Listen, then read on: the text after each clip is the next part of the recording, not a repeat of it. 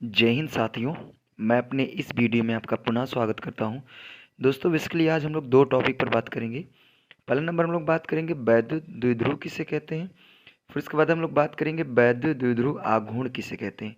तो आइए समझते हैं। देखिए, वैद्युत द्विध्रुव समझने से पहले हम लोग ये समझते हैं कि द्विध्रुव का मतलब क्या होता है। देखिए, द्विध्रुव का मतलब ये होता है कि दो ऐसी चीज़ें जो दिखने में एक जैसी हो लेकिन वो व्यवहार में नेचर में विपरीत हो, तो उन्हीं को हम लोग बोलते हैं द्विध्रुव। जैसे एग्जाम्पल की बात करूं तो जो हमारे पैरों के जो जूते होते हैं, देखते होंगे जूते दिखने में तो एक जैसे होते हैं लेकिन उनका व्यवहार जो होता है वो अलग अलग होता है। जैसे मान लीजिए अगर कोई दाहिने पैर का जूता है तो उसको हम बाएं पैर में नहीं पहन सकते। अगर मान लीजिए बाएं पैर का जूता है तो उसको हम दाहिने में नहीं पहन सकते।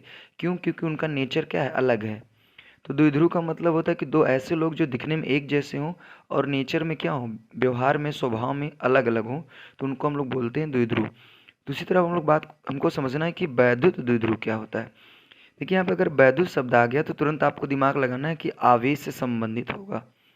तो वैद्युत द्विध्रुव की सिंपल सी परिभाषा यह है कि दो ऐसे आवेश जो मान में समान हो परंतु चिन्ह में विपरीत हों, यदि उन्हें थोड़ी दूरी अल्प दूरी में रख दिया जाए तो उस तरह की बनी संरचना को हम लोग बोलते हैं वैद्युत द्विध्रुव। एक बार फिर से समझाता हूँ। देखिए, दो समान आवेश समान मान के आवेश और चिन्ह में कैसे होने चाहिए, विपरीत होने चाहिए। यदि उनको कुछ अल्प दूरी पर रख दिया जाए तो इस तरह की बनी संरचना को हम लोग बोलते हैं वैद्युत द्विध्रुव।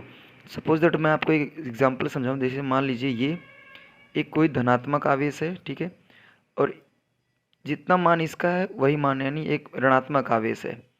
और इनको क्या करेंगे, कुछ अल्प दूरी को हम यहाँ पे मानेंगे 2l। 2l क्यों माना जा रहा है, इसका कारण है। तो यदि इसको हम अल्प दूरी पर रख दिया जाए तो इस तरह की जो बनी संरचना हमारा कहलाता है वैद्युत द्विध्रुव।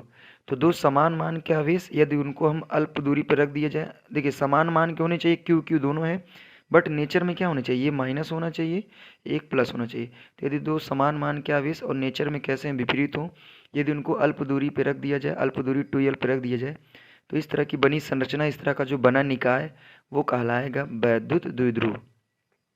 तो उम्मीद करूंगा दोस्तों वैद्युत द्विध्रुव क्या चीज़ है आपको ये बात समझ में आ गई होगी। देखिए, यहाँ पे वैद्युत द्विध्रुव की जो दोनों आवेशों के बीच की जो दूरी है इसको 2l ही क्यों लिया गया है, क्योंकि आगे हम पढ़ेंगे वैद्युत द्विध्रुव के कारण अच्छी स्थिति पर वैद्युत क्षेत्र की तीव्रता और वैद्युत द्विध्रुव के कारण निरक्षीय स्थिति पर वैद्युत क्षेत्र की तीव्रता। तो देखिए, अगर मान लीजिए जब हम लोग अच्छी निरक्षी पे बात करते हैं तो जो दूरियां नापी जाती है वो वैद्युत द्विध्रुव के मध्य बिंदु से नापी जाती है। तो मध्य बिंदु नापने से फ़ायदा ये है कि हम आधा हिस्सा L मान लेंगे इधर और इधर का आधा हिस्सा L मान लेंगे, इसलिए इसको हम लोग 2l रखते हैं। तो ये इसका मेन मकसद होता है 2l रखने का। अगर मान लीजिए पूरी दूरी हम L मानेंगे तो आधा आधा डिवाइड करेंगे तो L/2 जिससे कैलकुलेशन थोड़ा टफ हो जाएगा। तो कैलकुलेशन को आसान बनाने के लिए हम लोग 2l मान लेते हैं। अब कुछ इंपॉर्टेंट बात आपको मैं बता दूं। देखिए, जो वैद्युत द्विध्रुव है इसको जो सीध में रेखा गई है, यदि मान लीजिए इसी के सीध में एक ऐसे हम डॉटेड लाइन कर दें, आगे बढ़ा दें, या फिर इधर कोई लाइन हम आगे बढ़ा दें, तो इस लाइन को हम लोग बोलते हैं अक्ष, और आगे हम लोग पढ़ेंगे इसी पे अच्छी स्थिति। उसी तरह दोस्तों, अगर ये जो वैद्युत द्विध्रुव की जो मिलाने वाली रेखा है इसके मध्य बिंदु से लंबवत अगर हम कोई लाइन खींच देते हैं तो इस लाइन को हम लोग बोलते हैं निरक्ष।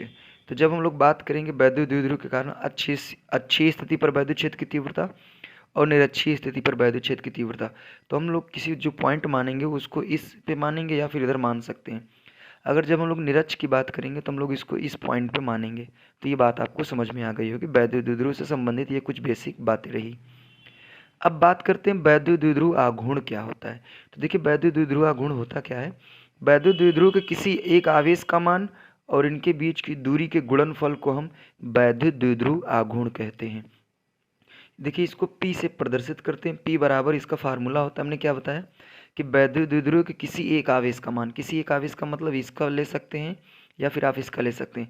और ध्यान देना ये है आपको कि जब वैद्युत क्षेत्र की तीव्रता की बात आएगी तो हम लोग इसको चिन्ह सहित नहीं लेंगे। जैसे यहाँ पे प्लस है माइनस है तो हमको चिन्ह सहित नहीं लेना है। तो यहाँ पे वैद्युत द्विध्रुव के एक आवेश का मान और इनके बीच की दूरी के गुणनफल को अर्थात 2l को हम क्या बोलते हैं, वैद्युत द्विध्रुव आघूर्ण कहते हैं।